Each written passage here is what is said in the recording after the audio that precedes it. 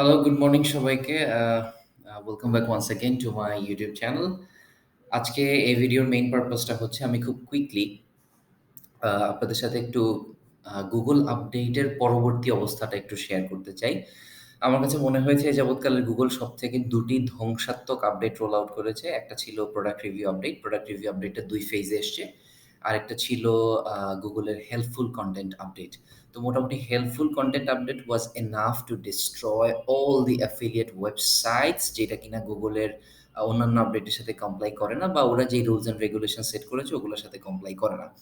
তো আমার স্ট্র্যাটেজিটা হচ্ছে আমি চিন্তা করলাম যে গুগলের আপডেট পড়ে তো অনেক কাজ করেছি, অনেক কিছু শিখেছি, অনেক কিছু সাকসেসফুল হয়েছে, অনেক কিছু সাকসেসফুল হয় নাই।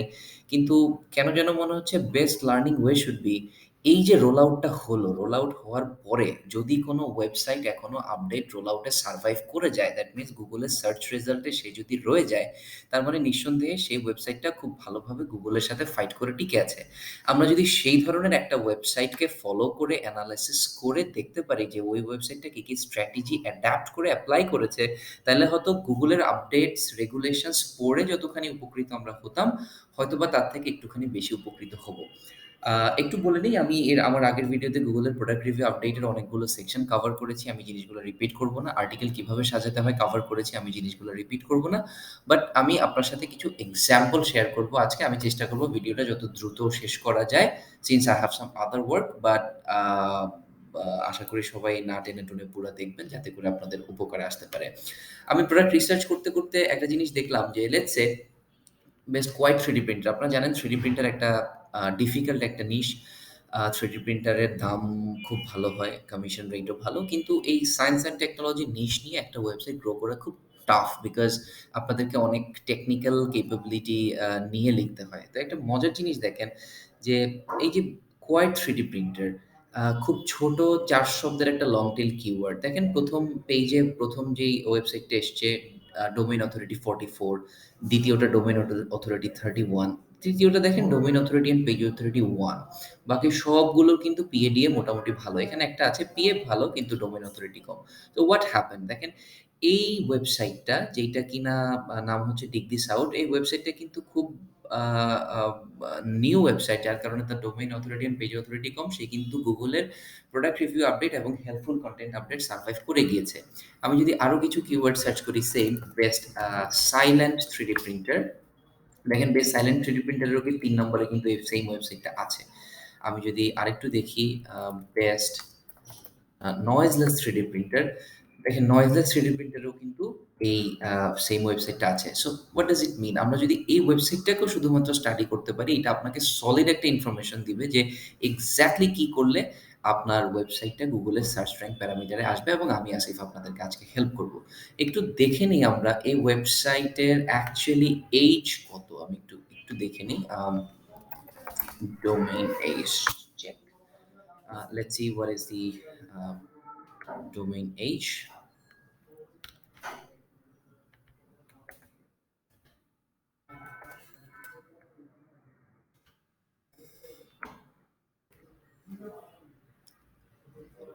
My goodness, এই ওয়েবসাইটের এজ হচ্ছে 75 days which is even lesser than 90 days or ২.৫ মাস এই ওয়েবসাইটের বয়স। সো এক্সাক্টলি কি করেছে এই ওয়েবসাইটটা যার কারণে এতখানি গুগল তাকে ট্রাস্ট করা শুরু করেছে? একটুখানি দেখে আসি এই ওয়েবসাইটের ইনডেক্সে কয়টা রেজাল্ট আছে। তো দেখেন অ্যাবাউট আস, তারপরে কনট্যাক্ট পেজ সবকিছু মিলায়ে ১ম পেইজে আছে ১ম পেইজে ১০ টা, পরের পেইজে ১, ২, ৩, ৪, ৫, ৬, ৭ টা। দেখেন ১৭ টা কনটেন্ট নিয়ে এই ওয়েবসাইটটা গুগলের ২ টা বড় প্রলয়ংকারী আপডেট সারভাইভ করেছে। Definitely the person handling this website a is someone exclusive and handling this website with so care. একটু যেই আর্টিকেলটা এই ২ নাম্বার ৩ নাম্বারে র‍্যাংক করে আছে, ওই আর্টিকেলটা আমরা একটু অবজার্ভ করি। উনি বেসিক্যালি কি, কি জিনিস ইনকর্পোরেট করেছে। দেখেন রিভিউতে খুব স্বাভাবিকভাবে এটা উনার মানি কিওয়ার্ড। মানি কিওয়ার্ডে উনি ১ম এই কিন্তু উনার আ আ লং টেইল কিওয়ার্ডটা দিয়েছে। আ এটা ফিচার ইমেজ দেখেন ফিচার ইমেজ আমি আপনাদেরকে এর আগে বারবার বলেছি Google প্রোডাক্ট রিভিউ আপডেটের যতগুলো শর্ত কমপ্লাই করা যায়। তার মধ্যে একটা শর্ত ছিল আম কি বলে ওটাকে? Unique content. দেখেন এই ভদ্রলোক কিন্তু ভদ্র মহিলা যিনিই হন না কেন, উনি কিন্তু কনটেন্টটাকে ইউনিক করেছে। দ্যাট মিনস কনটেন্টের উপরে লেয়ারিং করে কিছু একটা লিখেছে। So this is not a common. এরপরে উনি ইনফোগ্রাফিক ইউজ করেছে, which is pretty good. I am sure উনি ইমেজ এসইও ডেফিনিটলি করেছে। উনার আম দেখেন প্রত্যেকটা ওয়েবসাইটে প্রত্যেকটা ছবি কিন্তু উনার লেয়ারিং করা। That means unique. কিছু ডেটা ইউজ করেছে to make it trustworthy. Data source দিয়েছে। তারপরে দেখেন প্রোডাক্টের ইমেজ কিন্তু অ্যামাজন থেকে হুবহু টেনে এনে দেয় নাই। এখানেও ইনফোগ্রাফিক করেছে। আম দেখি উনার টেবল অফ কনটেন্ট একটু দেখে নিই উনি অ্যাকচুয়ালি কিভাবে সাজিয়েছে এটা। উনি ১ম এ রিভিউ শুরু করেছে, প্রোডাক্ট দিয়েছে। দেখেন প্রোডাক্টের সেকশনগুলো আপনারা যদি দেখেন, এটা একটা প্রোডাক্ট, হ্যাঁ? এটা একটা প্রোডাক্ট। আ Google এর প্রোডাক্ট রিভিউ আপডেটে কিন্তু সবসময় বলেছে আপনারা ফিচার বলে যাবেন, অ্যাডভান্টেজ বলে যাবেন, প্রোস অ্যান্ড কনস বলে যাবেন, তাইলে হবে না। আপনাকে ক্লিয়ারলি মেনশন করতে হবে এই প্রোডাক্টটা কিভাবে অন্য প্রোডাক্টের থেকে ভিন্ন, এই প্রোডাক্টের স্পেশালাইজড ইস্যুগুলো কি, কি? এই প্রোডাক্টটা ওই কোম্পানির অন্যান্য প্রোডাক্ট থেকে কিভাবে ভিন্ন, প্লাস আপনি যে প্রোডাক্টটা রিভিউ করেছেন, কাজ করেছেন সেটা প্রমাণ দিতে হবে। দেখেন হেডিংগুলো দেখেন। What makes MakerBot stand out? Here's a video of MakerBot. Video দিয়েছে। Positive size, negative size, 3D print quality. আর দেখেন 3D প্রিন্ট কোয়ালিটি তার মানে উনি এটা প্রিন্ট করে এটার কোয়ালিটি দেখেন উনি কিন্তু টেস্ট করেছে গুগলকে এটা প্রুফ দিচ্ছে। তারপর দেখেন এই প্রিন্টটা উনি করেছে এর মধ্যে প্রিন্টের ম্যাটেরিয়াল কি ছিল, টাইম কত ছিল, ওয়াশ টাইম কত ছিল, কিওর টাইম কত ছিল, লেয়ার থিকনেস কত ছিল। So C how this website is কমপ্লাইং with this Google updates. সারাটা আর্টিকেলে উনি খুব সুন্দর সুন্দর ছবি, ইনফোগ্রাফিক কম্প্যারিজন, উনি ইনফরমেশনস ইউজ করেছে হুইচ ইজ প্রিটি গুড, যেটা আপনাদেরকে আমি অনেকবার বলেছি। So this is the trick. এবার আসেন ওনার আপনারা দেখে নিন ওয়েবসাইটটা আপনাদের পিসি থেকে। এবার আসেন আমরা একটু ওনার অন্যান্য আর্টিকেল দেখে আসি। উনি বেসিক্যালি কিভাবে উনার আর্টিকেলটা সাজিয়েছে। মেনু ওকে। উনার ওপিনিয়ন যদি যাই দ্যাট মিনস উনি যে প্রোডাক্ট দিচ্ছে, কয়টা আছে ওপিনিয়নে? দেখেন উনি কিন্তু শুধুমাত্র ৫ টা বেস্ট ওয়েবসাইট বা ৫ টা বেস্ট প্রোডাক্ট কিন্তু উনি সাজেস্ট করছে না। এই ওয়েবসাইটটা কিন্তু একটা প্রোডাক্টের অল্টারনেটিভ কি হতে পারে ওইটা সাজেস্ট করছে। সিঙ্গেল প্রোডাক্ট রিভিউ করছে, একটা প্রোডাক্টের সাথে আরেকটা প্রোডাক্ট কম্প্যারিজন করছে, একটা প্রোডাক্টের অন্যান্য অল্টারনেটিভ সাজেস্ট করছে। ট্রুডন, ভোরন আমি জানি না এগুলা কি। একটা প্রোডাক্টের সাথে আরেকটা প্রোডাক্ট কম্প্যারিজন করছে। So where the game is দেখেন হয়তোবা এই বেস্ট নয়েজলেস 3D প্রিন্টার এই লং টেইলের হয়তো সার্চ রেজাল্ট হচ্ছে বা সার্চ ট্রাফিক হচ্ছে হয়তো ৪০ জন বা ৫০ জন বা ৬০ জন। আ কিন্তু মজার ব্যাপারটা হচ্ছে যখনই উনি গুগলের থেকে অথরিটিটা পেয়ে গেল, এই ওয়েবসাইটে যখন গুগল থেকে অথরিটি মানে ট্রাস্টওর্দিনেসটা পেয়ে গেল যে না এই ওয়েবসাইটটা এই 3D প্রিন্টার বা সাইলেন্ট 3D প্রিন্টার রিলেটেড যা কিছু লিখবে উই ক্যান ট্রাস্ট। গুগলের যখন এই সার্টিফিকেটটা পেয়ে গেছে, তখন উনি কিন্তু ৪০ টা ট্রাফিককে উনি ২৪০ টা ট্রাফিক বানাচ্ছে। কিভাবে? এই যে এইভাবে উনি কম্প্যারিজন করছে। আমরা একটু টেস্ট করে নিই। দেখি উনার এই আর্টিকেলটাই সার্চ রেজাল্টে আসে কিনা। আমরা জাস্ট এই আর্টিকেলটা কি ছিল? Troodon versus Voron. Okay, okay let's see. Troodon versus Voron. দেখেন সেকেন্ড রেজাল্টে কিন্তু ওয়েবসাইটটা আসছে। হোক সেটা লো কম্পিটিটিভ হোক সেটা হাই কম্পিটিটিভ আমি আসলে জানি না এটা ট্রু। দেখেন উনার একটা ভিডিও কিন্তু এখানে আছে। এই যে দেখেন dig this out now probably. So আমি আপনাদেরকে আগেও বলেছি আপনারা ভিডিও র‍্যাংক করে ফেলেন আর্টিকেলের সাথে। কোনো না কোনোভাবে ট্রাফিক কনভার্সন হবেই। সো একটা লং টেইল যার সার্চ ভলিউম ৪০ বা ৫০ বা ৩০ এটা মানে যে ৪০, ৫০, ৩০ এ আপনি লিমিটেড থাকবেন তা না। আপনি কম্প্যারিজন, অল্টারনেটিভ বা বিভিন্ন জিনিস বিভিন্নভাবে ভ্যালুয়েট করে কিন্তু আপনি এই ট্রাফিকগুলোকে মাল্টিপ্লাই করতে পারেন। দেখেন আমরা আরেকটা আর্টিকেল দেখি। উনি এখানে Bambu Labs X1 carbon versus Prusa versus Troodon. Okay. Let's see আমরা এটাকে একটু মডিফাই করি, হ্যাঁ? Bambu Lab X1 carbon versus Troodon. দেখেন ১ম এই কিন্তু উনার ভিডিও আসছে। ডিগ দিস আউট নাও। আর দেখেন ১ম ওয়েবসাইটটাও কিন্তু এই ওয়েবসাইটটা। Extremely unbelievable. This is a page authority 1, domain authority 1। Ah oh my God! আচ্ছা আমরা আর্টিকেলটা দেখে আসি। এই আর্টিকেলটা পাবলিশ হয়েছে ঠিক ৭ দিন আগে। খুব স্বাভাবিকভাবে উনি একটা প্রোডাক্টের বিভিন্ন প্রোডাক্টের সাথে কম্প্যারিজন করেছে। এখানে ইনফোগ্রাফিক দিয়েছে। কম্প্যারিজন করে ওর অল্টারনেটিভ সাজেস্ট করেছে। এখানে একটা ভিডিও আছে। আসলে আমরা YouTube এ তার ভিডিওটা দেখে আসি। Let's see what does it tell.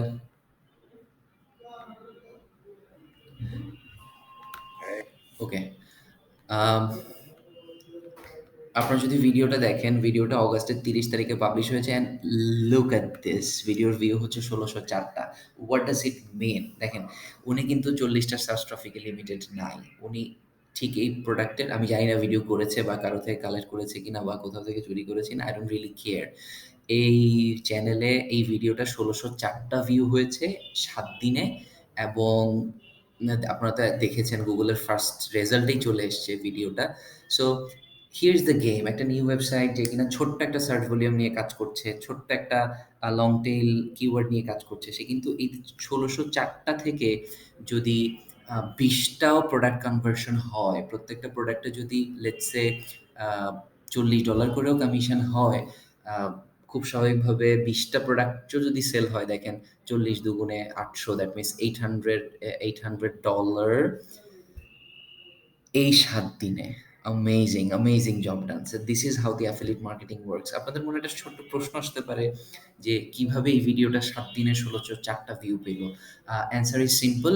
এই যে প্রোডাক্টটা উনি ফিচার করেছে বাম্বু ল্যাব X1 কার্বন, এই প্রোডাক্টটা কিন্তু আসলে মার্কেটে নিউ। YouTube এ এরকম কোনো কনটেন্ট নাই। আ এইজন্য আপনাদেরকে আমি অনেক সময় এর আগেও বলেছি আপনারা অবশ্যই, অবশ্যই Google ট্রেন্ড ফলো করবেন।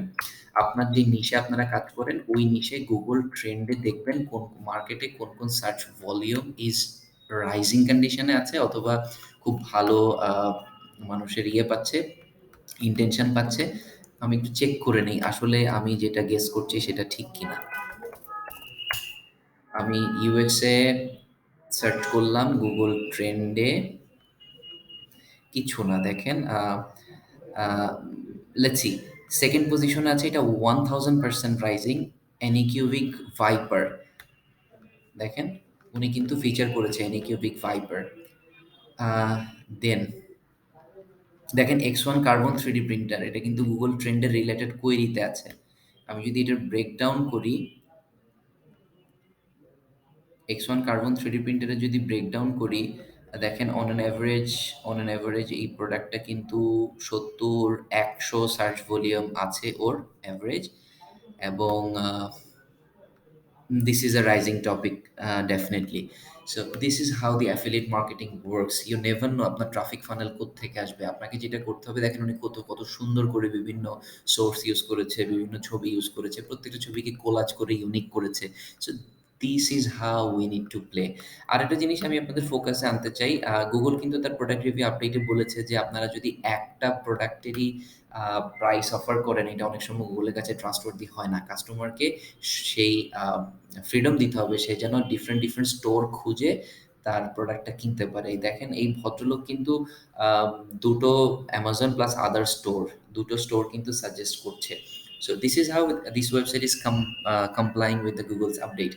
তো আমি আশা করি আপনারা একটু Google-এর প্রোডাক্ট রিভিউ আপডেট এবং হেল্পফুল কনটেন্ট আপডেট এই দুইটা আপডেট কিন্তু আপনারা অবশ্যই ভালো করে স্টাডি করবেন। কেন স্টাডি করবেন? দেখেন হেল্পফুল কনটেন্ট আপডেটটি কিন্তু গুগল নতুন কিছু বলে নাই। গুগল পুরনো জিনিসপত্রই বলেছে কিন্তু নতুনভাবে বলেছে। গুগল একটু শক্ত হয়েছে, কড়া হয়েছে। কিভাবে? গুগল আগেও বলেছে যে ভ্যালুয়েট করতে। আ এবার হেল্পফুল কনটেন্ট আপডেটে গুগল বলেছে আপনার প্রায়োরিটি শুড বি যেই আর্টিকেলটা পড়বে তাকে অ্যাড্রেস করে লিখতে হবে, not to market the product. So আপনি হয়তো গুগল কিন্তু অ্যাফিলিয়েট লিঙ্ক ইউজ করা নিয়ে গুগলের কোনো প্রবলেম নাই। প্রবলেম হয় কখন? আপনি যখন মেইন ইনটেনশন থাকে অ্যাফিলিয়েট সেল করা। আপনি যদি একটা ওয়েবসাইট খুব ভালোভাবে ভ্যালুয়েট করতে পারেন, ভ্যালুয়েশন মানে কি? ভ্যালুয়েশন মানে হচ্ছে আপনার প্রচুর ভালো ইনফরমেশন দিতে হবে, আ এক্সপেরিয়েন্স দিতে হবে, প্রচুর ভালো লেখালেখি থাকতে হবে। সোজা বাংলা কথায় যে কেউ এখানে যদি ইনফরমেশন গ্যাদার করার জন্য আসে সে যেন হতাশ না হয়, তার বাউন্স রেটটা যেন বেশি না হয়। এটাই হেল্পফুল কনটেন্ট বলেছে আপনি যদি সামারাইজ করেন। এই ওয়েবসাইটটা ঠিক সেটাই করেছে। আপনারা যদি ওর কনটেন্ট স্ট্রাকচারটা দেখেন, ওর কনটেন্ট স্ট্রাকচারে কিন্তু ও শুধুমাত্র ওই বেস্ট ৫ টা প্রোডাক্ট, বেস্ট ৬ টা প্রোডাক্ট এটা নিয়ে লেখে নাই। উনি কিন্তু প্রচুর পরিমাণে ইনফরমেটিভ আর্টিকেল লিখেছে।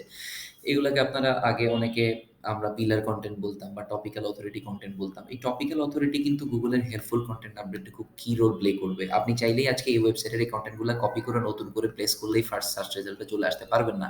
বিকজ এই নিশে আপনাকে এনশিওর করতে হবে এই আর্টিকেলটা ও যেভাবে সাজিয়েছে এর থেকে ভালো ইনফরমেশন আপনাকে দিতে হবে, which is pretty tough। দেখেন কত লম্বা একটা আর্টিকেল। কত ইনফরমেশন ইউজ করেছে সে, এবং সে কিন্তু যদি চালাক চতুর হয় সে কিন্তু দিনকে দিন এগুলো ইনফরমেশন আপডেট করতে থাকবে। সে আই এম শিওর এই ওয়েবসাইটে তেমন খুব একটা ব্যাকলিঙ্কও নাই, হয়তো কিছু বেসিক ব্যাকলিঙ্ক পাবেন, একটা ইউটিউব বা একটা ফোরাম, এগুলা প্রোফাইল ব্যাকলিঙ্ক পাবেন, খুব বেশি ব্যাকলিঙ্ক নাই। সো রিমেম্বার, আমি একটু র্যাপ আপ করবো।